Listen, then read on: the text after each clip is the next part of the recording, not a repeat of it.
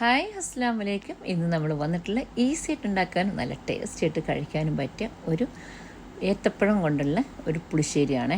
അടിപൊളി ടേസ്റ്റാണ് കേട്ടോ. നിങ്ങളൊന്ന് ഉണ്ടാക്കി നോക്കണം. അപ്പോൾ നമുക്കത് എങ്ങനെ ഉണ്ടാക്കണമെന്ന് നോക്കാം. ഞാൻ അതിനായിട്ട് നല്ലൊരു ഏത്തപ്പഴം എടുത്തിട്ടുണ്ട്, പഴുത്തിട്ടുണ്ട്. എന്നാൽ നല്ല മധുരവും ചെറിയൊരു പുളിപ്പോടും കൂടിയുള്ളതാണ് കേട്ടോ. അത് ഇതുപോലെ ചെറിയ കഷ്ണങ്ങളാക്കിയിട്ട് നമുക്കൊരു മൺചട്ടിയിലേക്ക് ഇട്ട് കൊടുത്തിട്ട് ഇതുപോലെ 3 പച്ചമുളക് ഇട്ട് കൊടുത്തിട്ടുണ്ട്. ഇതുപോലെ വട്ടത്തിൽ മുറിച്ച് കൊടുക്കുക കേട്ടോ.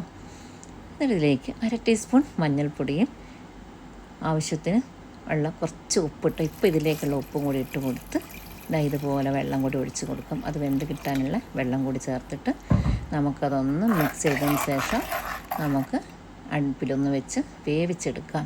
ഒരു 5-6 മിനിറ്റ് കഴിയുമ്പോഴേ നമ്മൾ ഇതുപോലെ തുറന്ന് നോക്കുമ്പോഴല്ലോ ഇതുപോലെ വറ്റി നല്ല കേട്ടോ വന്നിട്ടുണ്ടാകും.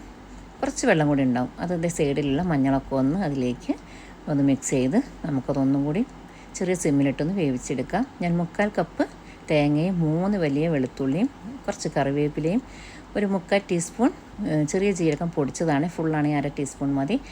ഇതൊന്ന് നമുക്ക് അരച്ചെടുക്കണം. അത് ഞാൻ മിക്സിയിലേക്ക് ഇത് മാറ്റുവാണേ. അപ്പോൾ നമ്മൾ ആ മിക്സിയുടെ ജാറിലേക്ക് ഒരു 1/4 ടീസ്പൂൺ മഞ്ഞൾപ്പൊടി ഇതുപോലെ കുറച്ച് അരയാൻ മാത്രമുള്ള വെള്ളം കൂടി ഒഴിച്ച് കൊടുത്ത് ഇതുപോലെ മഷി പോലെ അരച്ചെടുക്കണം. അതൊന്ന് മാറ്റി വയ്ക്കാവേ.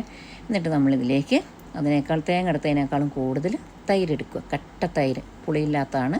എന്നിട്ട് ഒന്ന് മിക്സിയിൽ വെച്ച് ഒന്ന് പൾസ് ചെയ്യുക കേട്ടോ. ഒത്തിരി നേരമല്ല, ഒന്ന് പൾസ് ചെയ്തതിന് ശേഷം ഇതിലേക്ക് നമ്മൾ വെന്തിട്ടുള്ള പഴമല്ലേ ആ കൂട്ടിലേക്ക് ഒന്ന് ഒഴിച്ച് കൊടുക്കുക കേട്ടോ.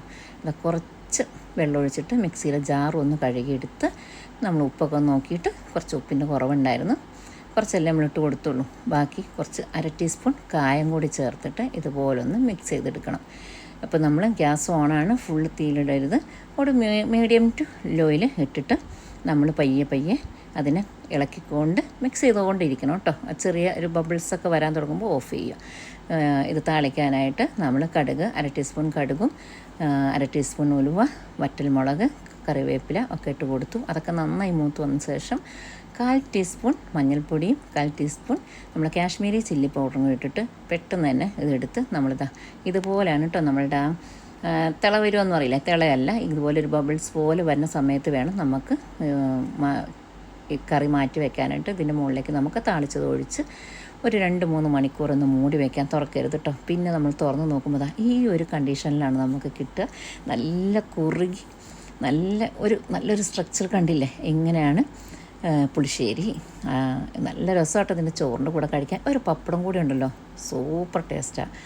അപ്പോൾ കുഞ്ഞുങ്ങളൊക്കെ ഉള്ള ആൾക്കാരാണെങ്കിൽ നിങ്ങൾ മോര് കാച്ചിയത് ഇതുപോലുള്ള പുളിശ്ശേരിയൊക്കെ ഉണ്ടാക്കി കൊടുത്ത് ഒരു പപ്പടം വെച്ച് കൊടുത്തുള്ള വയറ് നിറച്ച് ഒരു ചോറ് കഴിക്കും കേട്ടോ. നിങ്ങളൊന്ന് ട്രൈ ചെയ്ത് നോക്കണം. നിങ്ങൾക്ക് ഇഷ്ടപ്പെടുവാണെങ്കിൽ ലൈക്ക് ചെയ്യാനും ഷെയർ ചെയ്യാനും കമൻറ്റ് ചെയ്യാനും മറക്കരുത്.